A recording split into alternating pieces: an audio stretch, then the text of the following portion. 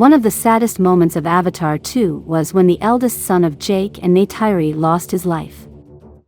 Neteyam was the exemplary son of the family, one that little by little became a formidable warrior, and his death changed the history of Avatar forever. But what would you think if I told you that Neteyam could come back to life? But the payoff could be Jake Sully's betrayal of the Na'vi? Do you want to know what I'm talking about? If you like everything related to the Avatar universe, don't forget to subscribe to this channel, because we upload videos every day. I'm Awa, welcome. Neteyam is the birth name of Neteyam, the first son of the relationship between Jake Sully and Neytiri. Born in 2155, near the Tree of Souls of the Omaticaya tribe. From a very young age he learned survival skills, thanks to the training of his father Jake. In several scenes of Avatar 2, we can see Jake and Neteyam hunting animals with a bow and arrow. And it was expected that as he grew up he would become a leader, the son who would inherit his father's position in the tribe. Neteyam not only excelled with his bow and arrow skills, but he was also the first of his brothers to go through the Iknamaya ritual, where the Na'vi bond with a banshee on a mountain.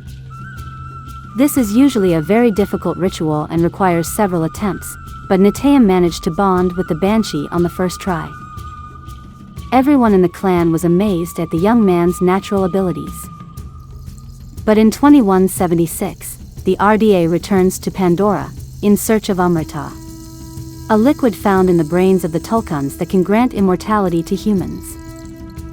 With the discovery of the Amrita, the RDA not only desires resources such as unobtainium, but now also wants to move all of humanity to this planet.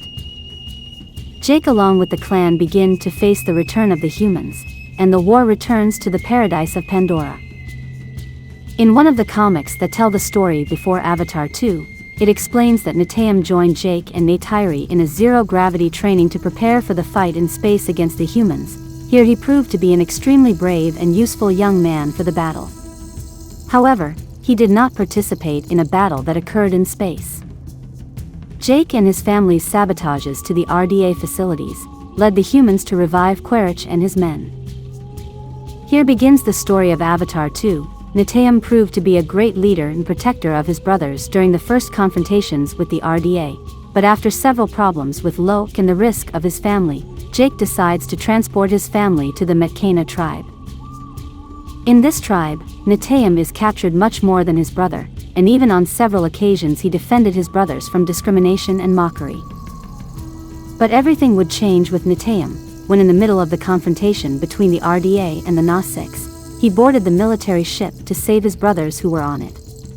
Once Neteyam rescues them, Loke asks him to help him rescue Spider, who was also on the boat, and while they were escaping, he was shot and lost his life. Then he was buried or absorbed by different plants near the Tree of the Souls of the Sea. This is very important for the theory we will talk about next.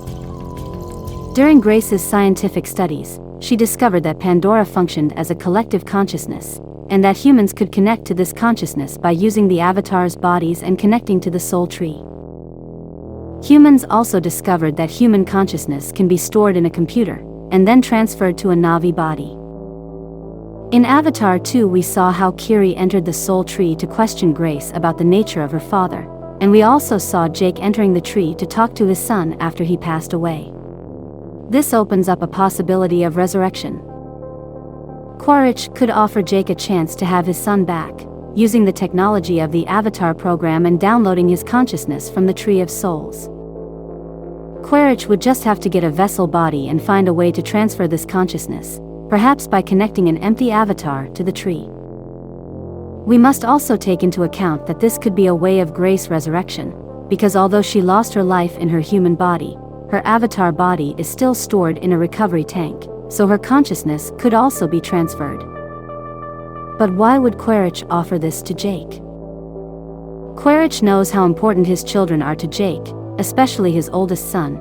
He knows that possibly Jake also misses what Earth is like, and possibly Neytiri will no longer be supporting him. Desperation could lead Jake to consider a deal to betray the Na'vi in exchange for the resurrection of his own son.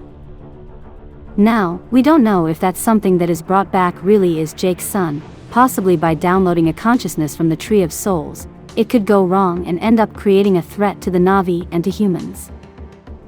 Something we should talk about in this theory is that it is interesting how the humans found a way to use technology to communicate with the Soul Tree, including downloading the consciousness to the avatars. This raises the possibility that really that collective consciousness that we know as Awa is a type of artificial intelligence that connects the entire planet and that stores the consciousness of all the animals and Na'vi that exist on the planet and uploads them to a type of planetary network that can be accessed by connecting to the soul trees. The soul trees would be antennae of this collective consciousness network, which would increase the possibility that the origin of Pandora is artificial. But if Jake has the opportunity to bring back his son, it would mean betraying the rest of his family. Would he do it? Would he be willing to cross the line to recover a loved one? Let me know what you think in the comments. And for more videos from the Avatar universe, don't forget to subscribe to this channel. I'm Awa, thanks for visiting Pandora.